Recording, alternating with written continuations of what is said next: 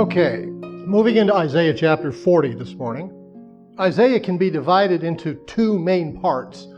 Part 1 being chapters 1 through 39, part 2 being chapters 40 through 66.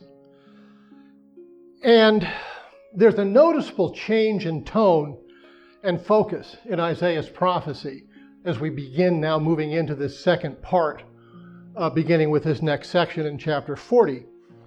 And what's interesting, some scholars actually have suggested that the second part of Isaiah wasn't written by Isaiah because of this difference in tone. But stylistically, there are too many similarities between both parts of the book, and I think that it's clearly Isaiah writing, and the reason that there's a difference in tone is because the first part is dealing with God's judgment and his punishment of the children of Israel because of their disobedience. And it's focusing on that period of interaction between the children of Israel and the Assyrian Empire. We get into chapter 40, the shift is God is now beginning to show his blessings over Israel. And we are now moving into where he's beginning to open up his revelation of Israel's redemption and restoration. And of course, we see now a much clearer picture of the coming Messiah. So we're going from judgment and punishment to blessings, hope, and redemption as we move into this second part of Isaiah. Now, if you recall from the last section, the end of part 1, if you will, chapters 36 through 39. And it's important that we kind of look at this because this kind of explains part of this transition. What had happened is Assyria has invaded Judah because of Hezekiah's rebellion against Sennacherib. While they are in the process of laying siege to Jerusalem, they receive word that the Egyptians and Cushites are marching north.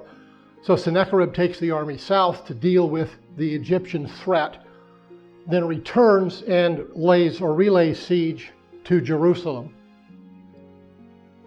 And somewhere in here we see Hezekiah take to his sickbed that turns into his deathbed. He's told, and we saw this in chapter 38, when Isaiah went to him and said, put your house in order, for you're going to die and you're not going to recover. And of course the Lord then, after Hezekiah prays, the Lord grants him an additional 15 years and also promises that he will deliver Jerusalem from Sennacherib and the Assyrians. The Lord miraculously intervenes to heal Hezekiah, to bring him into this 15-year period. And of course, the Lord also miraculously intervenes to deliver Jerusalem and Judah from the hand of the Assyrians when he sends an angel of the Lord who slays 185,000 Assyrian troops. And then after some time passes, we move into chapter 39. And this is where we see some envoys from Babylon arrive. And according to the scriptures, their pretense was to come in and basically give well wishes to Hezekiah in his recovery from his illness. But as I said when we were there, I suspect they had an ulterior motive because Babylon, which was a province, it was an actual province of Assyria, not just a client state. They were trying to break away. And I think part of the reason that they came to talk to Hezekiah was to find out exactly how he had managed to defeat the Assyrians, because they wanted to try the same thing. Unfortunately, God was not so much on their side as he was on the side of Israel. Well, Hezekiah ends up showing off the wealth of his kingdom. He shows them the treasures in his palace. He shows them the treasures in the temple. And after they leave, Isaiah comes to him and says, who are those guys you were just talking to? And he says, well, they were from Babylon. And he says, and you did what? And he said, well, I showed them all my wealth, showed them all the kingdom, showed them just what a wonderful place we have here. And of course, it's at this point the Lord speaks to Hezekiah through Isaiah and says, that really wasn't such a great idea because Babylon is going to come in and conquer Judah and Jerusalem. It's going to carry off all the wealth that Judah and the kings of Judah have collected, and is going to carry off members of your own household into captivity. So Isaiah here is, in chapter 39, giving us a precursor of the Babylonian captivity. Isaiah 40, chapter 1, begins, Comfort, comfort my people, says your God. Speak tenderly to Jerusalem and proclaim to her that her hard service has been completed, that her sin has been paid for, that she has received from the Lord's hand double for all her sins. It is thought these verses are directed to, or are being given for the benefit of the children of Israel who were in captivity in Babylon. Because even though they've been told by the prophet Jeremiah that they would only be exiled from Judah and Jerusalem for 70 years, you can imagine into that period that they have begun to lose hope of ever returning. And verse 2 tells us, I think, that the process of Israel's restoration and redemption is now beginning. Speak tenderly to Jerusalem and proclaim to her that her hard service has been completed, that her sin has been paid for, that she has received from the Lord's hand double for all her sins. I think the speak tenderly to Jerusalem is because her hard service has been completed and her sin has been paid for. Jeremiah wrote this regarding the captivity. This is Jeremiah chapter 25, starting in verse 8. Jeremiah wrote, Therefore the Lord Almighty says this, Because you have not listened to my words, I will summon all the peoples of the north, and my servant Nebuchadnezzar, king of Babylon, declares the Lord, and I will bring them against this land and its inhabitants, and against all the surrounding nations. I will completely destroy them and make them an object of horror and scorn and everlasting ruin. I will banish from them the sounds of joy and gladness, the voices of bride and bridegroom, the sound of millstones and the light of the lamp. This whole country will become desolate wasteland, and these nations will serve the king of Babylon 70 years. So the hard service being completed, I believe, is a reference to this prophecy of Jeremiah that the children of Israel would be held for this 70-year period. But why 70 years? What's the significance of 70 years? And the answer to that is actually found in 2 Chronicles. This is 2 Chronicles chapter 36, verse 20. He carried into exile to Babylon the remnant who escaped from the sword, and they became servants to him and his successors until the kingdom of Persia came to power, servants to the king of Babylon. The land enjoyed its Sabbath rests. All the time of its desolation is rested until the 70 years were completed in fulfillment of the word the Lord had spoken by Jeremiah. So what is meant by the land enjoyed its Sabbath rests until the 70 years were completed? This goes back to the book of Leviticus. Now we know in the Ten Commandments that the children of Israel were told to take a Sabbath rest every week. Because the Lord rested on the seventh day, they were to rest on the seventh day as the Lord had. But in the book of Leviticus, we also see that they were to give the land a Sabbath rest. Every 7th year was to be a Sabbath year. And then every 50 years was to be what they called the year of Jubilee. And the land was to lie fallow, completely untended for that entire year. And what the Lord would do is in the 6th year, the year before the Sabbath year, would give them a double crop, basically, to see them through the year that they would not work the land. In the year of Jubilee, in that 6th year, Sabbath year, year of Jubilee, there's a 2-year period, they would get a triple crop, a triple yield in that 6th year before the year of Jubilee, to see them through a 2-year of a Sabbath rest for the land. And essentially what's happened is for something like 430 years, they have failed to observe both the Sabbath year and the year of Jubilee. Both in the north, of course, which never had a righteous king, and in the south. So what the Lord is doing is he's taking all of these Sabbath years that have not been observed, and all these years of Jubilee that have not been observed, and they total 70 years. And so the Lord is forcing the children of Israel out of the land so the land can have its replenishment 70 years of Sabbath years and years of Jubilee that they did not get. Verse 2 then concludes that she has received from the Lord's hand double for all her sins. And I think there's some debate, but I think this refers to the 2 exiles that we saw, the exile of the northern kingdom into Assyria, because we know that they were told that they would be returning someday. But specifically then, the exile of the children of Israel that remained in Judah and Jerusalem when they were exiled. This is the double portion for their sins, 2 exiles. And then I think what we're seeing as we look at verses 1 and 2, the words of comfort for the children of Israel. And then the Lord has coupled this with this word of restoration.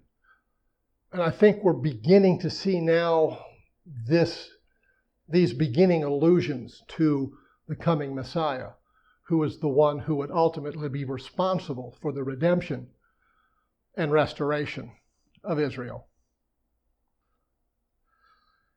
And this is followed by verse 3.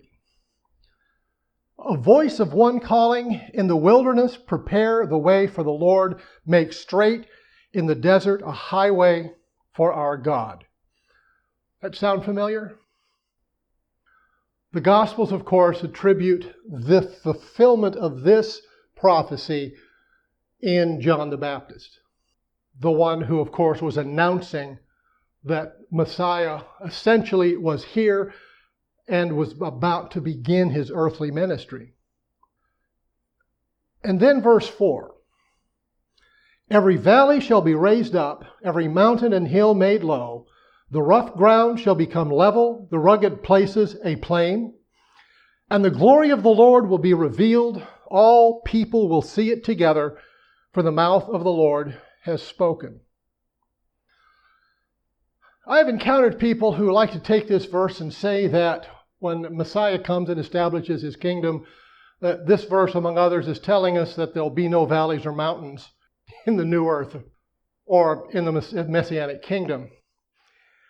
And I think they're kind of missing the point, because I see this more as a metaphoric representation of what God is going to do in the lives of those who are truly seeking him. I said earlier that God will never force anyone to come to worship and serve him, but he will encourage everyone to do so. And I think for those who are truly seeking God, what this is saying here is that the mountains, the obstacles that are in the way, God will level those obstacles. And the valleys, the pitfalls, those things that would cause you to stumble, God will move around those, fill those in, cause those to not be a problem. He will smooth out the path as best he can to those that are truly seeking him.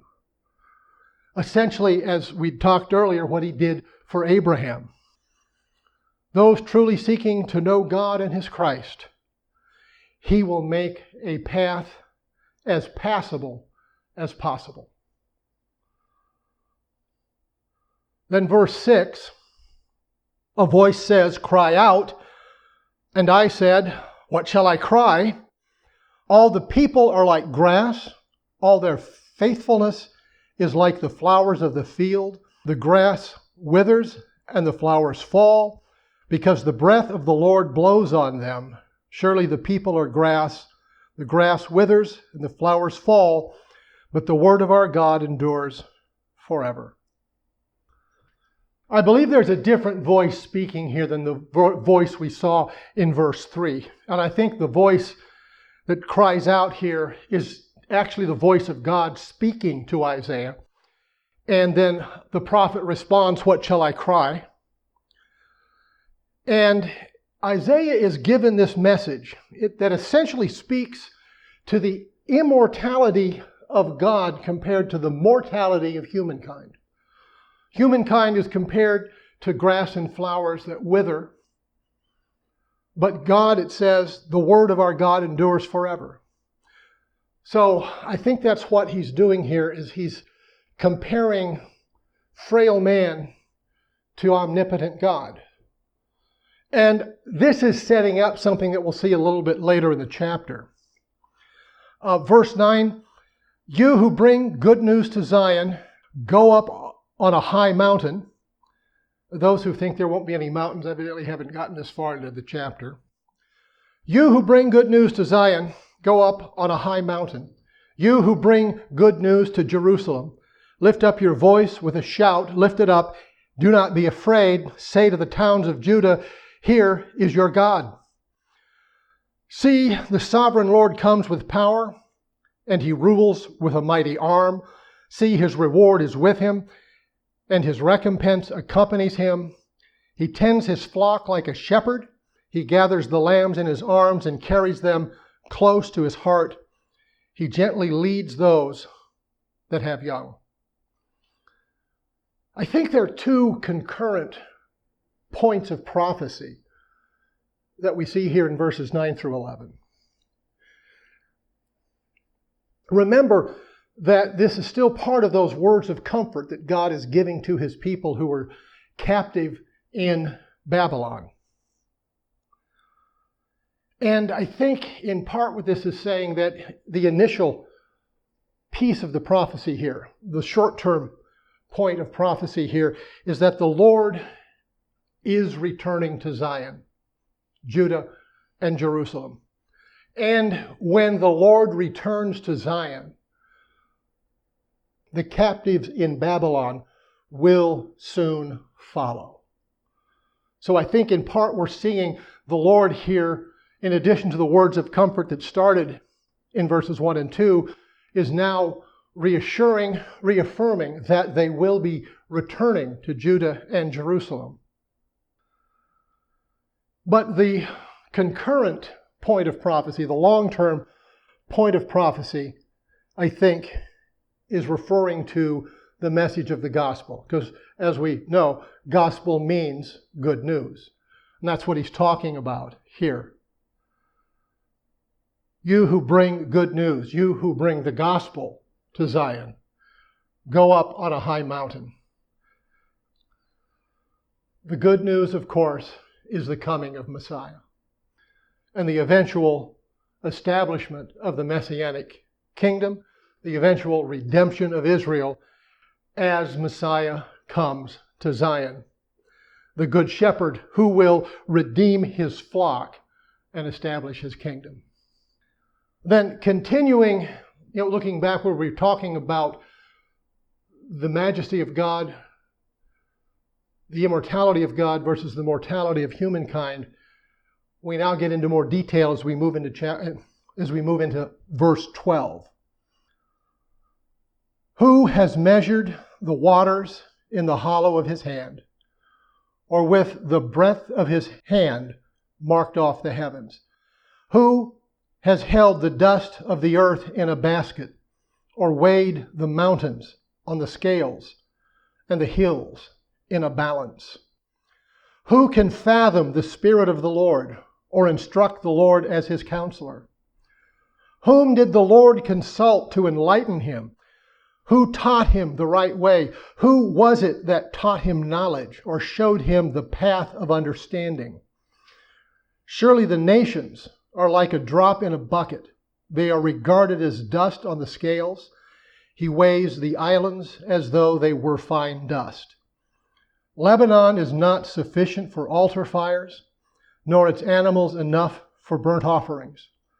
Before him all nations are as nothing. They are regarded by him as worthless and less than nothing. With whom then will you compare God? To what image will you liken him? As for an idol, a metal worker casts it, and a goldsmith overlays it with gold and fashions a silver chain for it. A person too poor to present such an offering selects wood that will not rot. They look for a skilled worker to set up an idol that will not topple. Do you not know? Have you not heard? Has it not been told you from the beginning? Have you not understood since the earth was founded? He sits enthroned above the circle of the earth, and its people are like grasshoppers. He stretches out the heavens like a canopy and spreads them out like a tent to live in. He brings princes to naught and reduces the rulers of this world to nothing. No sooner are they planted, no sooner are they sown, no sooner do they take root in the ground, than he blows on them and they wither, and a whirlwind sweeps them away like chaff. To whom will you compare me, or who is my equal, says the Holy One. Lift up your eyes and look to the heavens, who created all these, who brings out the starry host one by one, and calls forth each of them by name. Because of his great power and mighty strength, not one of them is missing. Very similar to that discourse or dialogue we see between God and Job in the book of Job. And I think this whole passage, these 15 verses, are summed up almost entirely in verse 13. Who can fathom the Spirit of the Lord or instruct the Lord as his counselor? He's basically trying, I think, to reintroduce himself to the children of Israel in Babylon. Trying again to remind them of his nature and character in this discourse here in these 15 verses. Now remember, there were 3 waves of deportations from Judah and Jerusalem to Babylon. The initial one is the one that Daniel was taken to Babylon in. This was really the true fulfillment of what Isaiah said to Hezekiah, that his offspring would be taken to the palace of the king of Babylon and be turned into eunuchs. And I should point out that eunuch can mean eunuch, but it can also mean slave or seriously indentured servant. But this first wave of deportations not only took leading members of the royal family, but it also took the elite members of Judean society, the civic leaders, the military leaders, what you might consider the intellectuals, what you might consider the cream of Judean society. There was a second wave, and this was after one of the kings that Nebuchadnezzar had installed on David's throne, who had displeased Nebuchadnezzar. He came in and took a much larger group. This is the group that Ezekiel was taken in. And they were settled outside the city of Babylon by the rivers of Babylon. And then it's the third wave where Nebuchadnezzar finally orders the destruction of the temple, the razing of Jerusalem to the ground, and the bulk of the surviving Jews carried off to Babylon, possibly, most likely, into slavery. And so you can begin to understand the despair of the people as they've seen virtually the entire population of Jerusalem, most of the population of Judah, either slain or carried off into captivity. And you can hear that despair, some of that anguish, in Psalm 137. By the rivers of Babylon we sat and wept when we remembered Zion. There on the poplars we hung our harps. For there our captors asked us for songs, our tormentors demanded songs of joy. They said, "Sing us one of the songs of Zion." How can we sing the songs of the Lord while in a foreign land? If I forget you, Jerusalem, may my right hand forget its skill. May my tongue cling to the roof of my mouth if I do not remember you, if I do not consider Jerusalem my highest joy. This is, I think, showing what the attitude of the people in Babylon were. Their despair, their anguish, their desperation that they may never see Jerusalem again.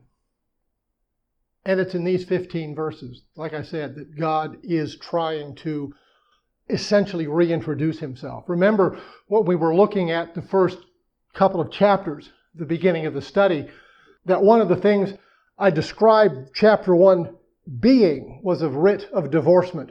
God divorcing himself from the children of Israel because of their disobedience. Here's some of the things he said. Verse 12, who has measured the waters in the hollow of his hand, or with the breadth of his hand marked off the heavens? In other words, who has held all the oceans of the world in the palm of his hand?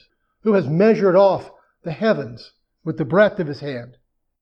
Who has held the dust of the earth in a basket, or weighed the mountains on the scales and the hills in a balance? And verse 18, with whom then will you compare God? To what image will you liken him?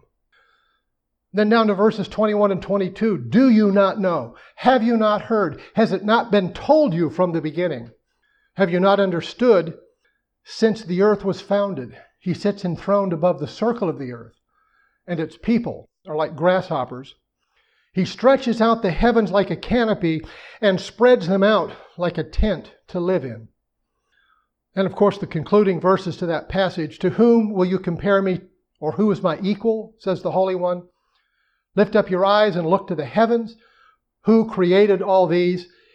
He who brings out the starry host one by one and calls forth each of them by name because of his great power and mighty strength. Not one of them is missing.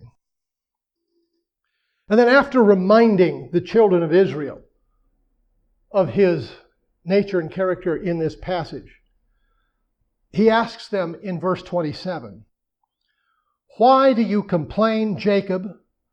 Why do you say, Israel, my way is hidden from the Lord, my cause is disregarded by my God? And I think this points to something I've mentioned several times over the course of this study. It points to something the Apostle Paul wrote in the first chapter of Romans, verse 20.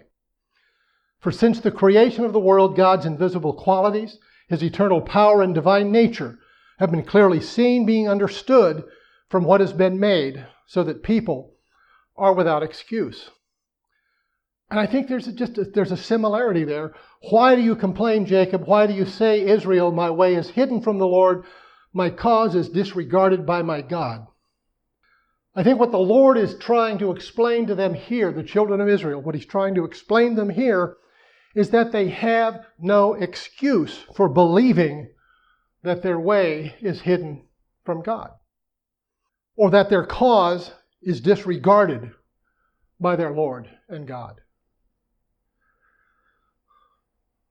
Verse 28, do you not know? Have you not heard? The Lord is the everlasting God, the creator of the ends of the earth. He will not grow tired or weary, and his understanding no one can fathom. He gives strength to the weary and increases the power of the weak. Even youths grow tired and weary, and young men stumble and fall. But those who hope in the Lord will renew their strength. They will soar on wings like eagles. They will run and not grow weary. They will walk and not be faint. So these words of comfort and hope begin here in chapter 40, in the second part of the book of Isaiah. The Lord reminding his children that he had not forsaken them. They had forsaken him. He had allowed them as they forsook him.